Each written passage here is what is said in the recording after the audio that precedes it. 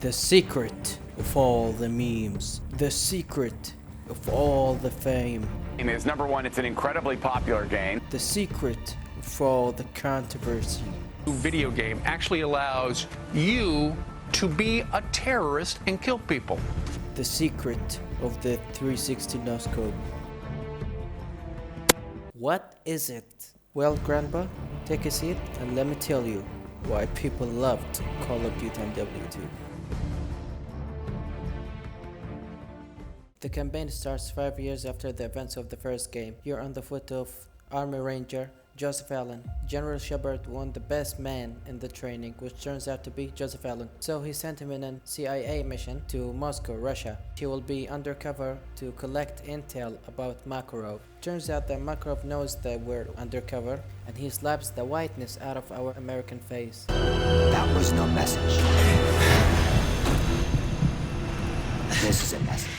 And then the massacre is on the American, because he is the only one they found. The campaign was really high quality. The presentation of this game is definitely the best thing in this game. It's never-ending events, right with the dialogue, which is sharper than the knife, along with the characters, especially General Shepard, with every word he says is goddamn effective and has weight to it. History is written by the victor, and here I am thinking we'd won. Along with other characters that I'm not gonna spoil, which appeared in the first game. On the same time, you play as James Ramirez while he fight on the front line with Sergeant Foley and other characters to defend America after the Russian invasion. Which, by the way, the American mission serves as a filler, I feel like, but it's good nevertheless. And the soundtrack by Hans Zimmer hits way different than any soundtrack in the previous games. Honey Badger's a mean bitch, sir. She'll walk you in. The Russians are burning through our defenses and our intel. Resistance, over. Roger that, Overlord. Be advised, we have encountered enemy armor and are proceeding on foot, over. Overlord copies. I think this is one of his top 10 works, and I almost have listened to all of Hans Zimmer's music, and he is a genius. Don't engage that BTR. They haven't acquired. So the story is amazingly well equipped with every detail and every amazing character and a very effective dialogue that'll make you understand the logic of America. Every fight is our fight. Because what happens over here matters over there. Which leads us to a goddamn amazing story. But there is no green without a blue. There is something that MW2 forgot, which is making sense. This game has more plot holes than SpongeBob, like what my man Soap or Spider-Man is doing here. Newton didn't just get a goose egg for you to just say, fuck it, I don't care about your laws.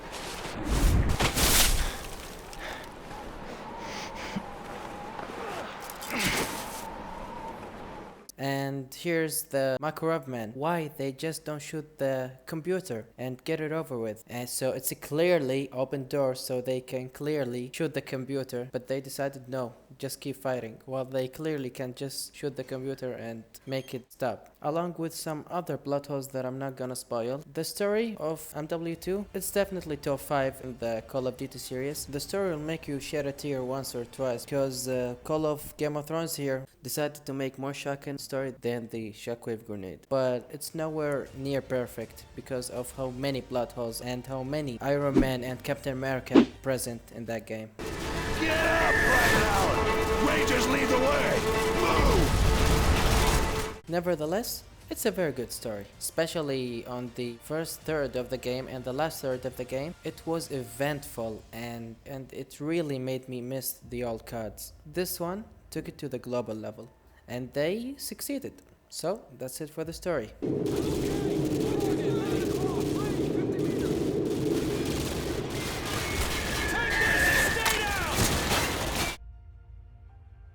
This is where Infinity Ward did their best, because in reality, Call of Duty MW2 one of the most influential games ever. The new guns and the new attachments and the things that you do in this 3 hours campaign is insane. I have never seen any Call of Duty be this diverse. from street shooting to snow missions to stealth missions to sniping missions to vehicles missions, and the list keep going on and on. And the gameplay has never felt any better than this. Now I can truly understand why Call of Duty Modern Warfare 2 was nominated to Game of the Year.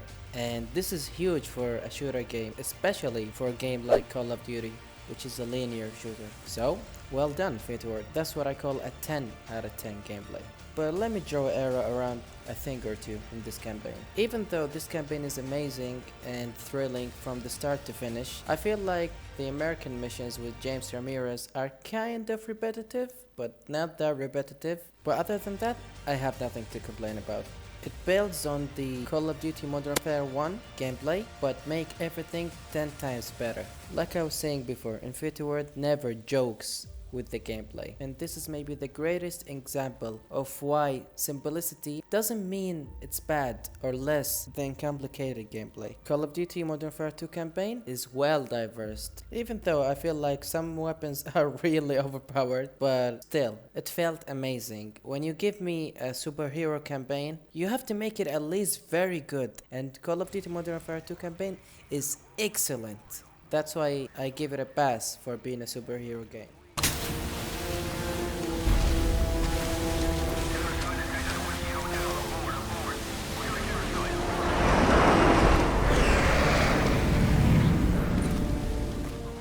Now, technically speaking, this game is stunning.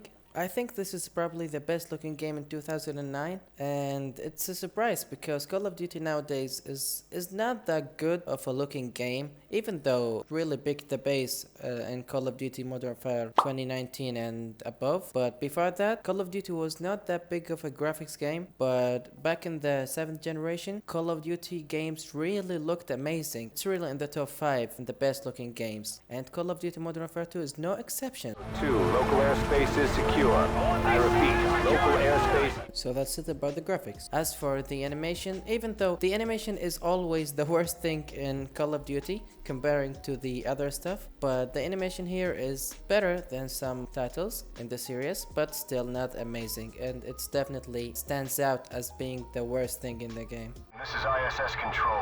Any word on the...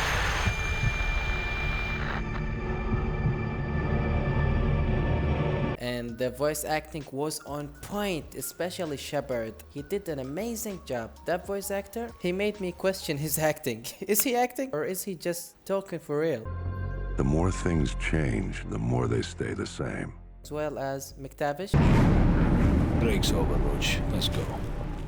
And other characters have been voice acted perfectly. Though, there's a problem with the sound that I have to mention, is that sometimes the characters speak on the mic as well as speaking in reality with a different dialogue, so that's just weird. Roach, follow me and stay outside. But other than that, technically speaking, this game is stunning.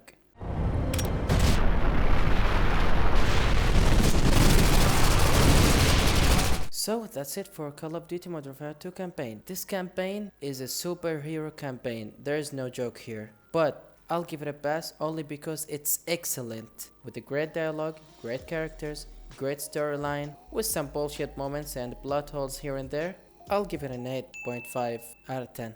Whatever you're gonna do, son, do it fast! Bravo 6, I see your flares. Firing on the way. I'm not gonna talk about the Spackers that much because you get what you expect, pretty much. But there's several missions where you have to snipe enemies from above, as well as defending your position from waves of enemies, as well as a remake mission from Call of Duty Modern Warfare 1, which is the best mission, the sniper mission. And I found them to be pretty enjoyable. And it's fun to play with your teammate, especially this is the second time when you can play with your teammate in a kind of single player environment, and it was fun. If I have to criticize something about the Spec Ops, I wish the levels were a little bit more longer because you finish them pretty much in 1 minute or 1.5 minutes, and I hate the stars system where you have to get like 30 stars before you can proceed to the next mission. So that was annoying. Other than that, yeah, the Spockers was really fun. It had its moment. We spent a full session, like 3 hours and a half, me and my brother. So we finished it in one night and it was fun.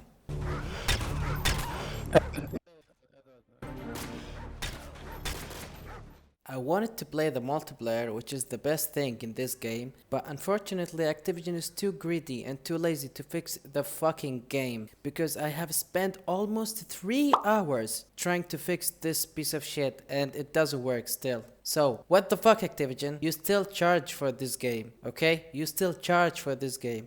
And we can't play? Fix your old fucking games, you stupid fucks. That has been it for Call of Duty Modern Warfare 2. I'm really sorry, I really didn't want to make this video without the multiplayer, but I figured that I can make another video for the multiplayer alone. So yeah, Call of Duty Modern Warfare 2 features an amazing story with an amazing gameplay, which presents itself with a great soundtrack by Hans Zimmer, the GOAT, and a very enjoyable gunplay, and adds a lot to the original Call of Duty Modern Warfare, but it suffers from Marvel syndrome. But other than that, I think it's a perfect game, except for that Marvel thing. So yeah, that's why you should play Modern Warfare 2 ASAP.